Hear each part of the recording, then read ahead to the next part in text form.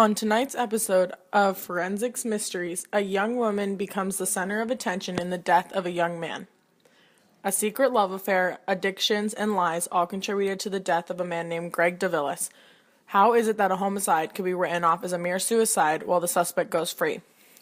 Who is to blame for these false claims, and how does this case affect other cases in the future? On November 6, 2000 at 9:15 p.m., two families' lives were forever changed. He was really depressed the last few months of our marriage.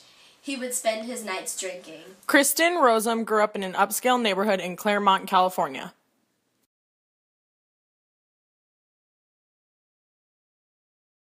She was your typical daughter, a ballerina, a child model, and a member of Phi Beta Kappa.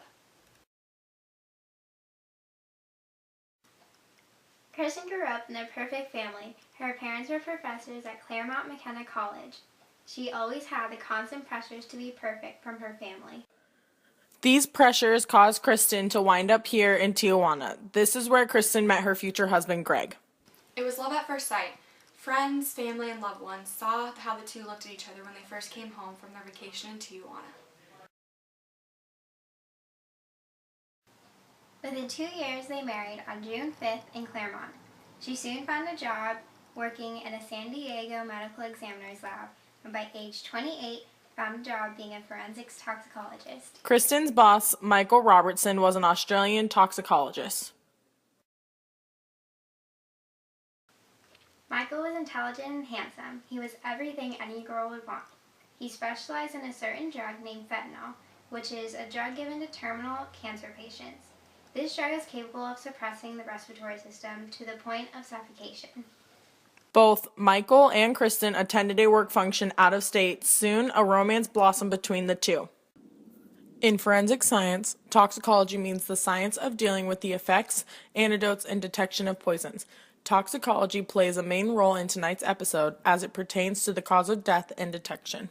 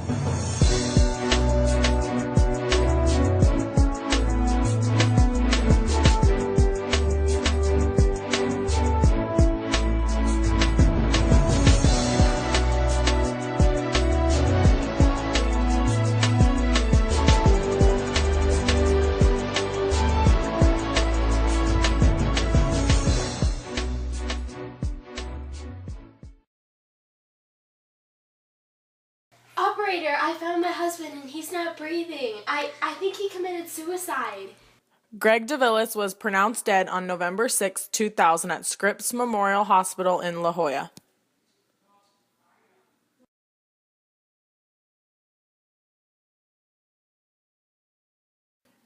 Greg's death was ruled a suicide, so Kristen decided to donate some of his body parts and had the rest of his remains cremated. I told him I wanted a divorce, and I knew that he was upset about it and he was becoming really depressed, but I didn't think he was going to take his own life. Greg's brother, Jerome, was insistent that his brother would never create a selfless act like this, so he secured an injunction to not have his brother's body cremated and instead ordered a private autopsy. Jerome was concerned about the previous autopsy because it was performed by one of Kristen's colleagues. Police were also concerned because that meant a conflict of interest. So with the police's help to support him, the new autopsy showed shocking results. The conclusion of the autopsy changed the case completely and left many people stunned. The autopsy showed high amounts of GHB, a date rape drug, and fentanyl. Automatically, our first thought was, it's Kristen, so we rushed her and brought her in for questioning.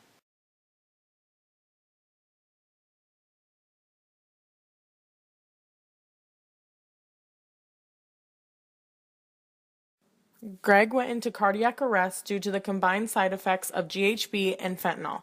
GHB is a powerful, rapidly acting central nervous system depressant. It is sold as a light-colored powder that easily dissolves in liquids. In liquid form, it is clear, odorless, tasteless, and almost undetectable when mixed in a drink. When taking high amounts of GHB, the consumer can become in a coma-like state with a slowed heart rate and lowered blood pressure. Fentanyl is a dangerous narcotic. The side effects are slowed heart rate and weak or shallow breathing. When Kristen was brought in for questioning, police soon found out that she was an addict. Since her high school years, Kristen had been addicted to methamphetamines. We soon discovered that during their stay in Tijuana, Kristen was under the influence of meth. Greg soon found out about her addiction and felt responsible for her welfare. So along with her entire family, Greg secured her perfect image and hid her addictions from everyone. During questioning, Kristen admitted to having an affair with her boss and that Greg had found out. Kristen also claimed that Greg threatened to expose her and Michael's relationship and also her meth addiction, which would have ended both of their careers. On June 25, 2001, Kristen was arrested for first-degree murder. Her parents then paid her $1.2 million bond and she was let go. Then on December 12, 2002, at San Diego Supreme Court, Kristen was convicted of first-degree murder and sentenced to life without parole. Michael Robertson returned to Australia after being fired from his job. He has been named a co-conspirator and has not been extradited to the United States to face charges for Greg's murder.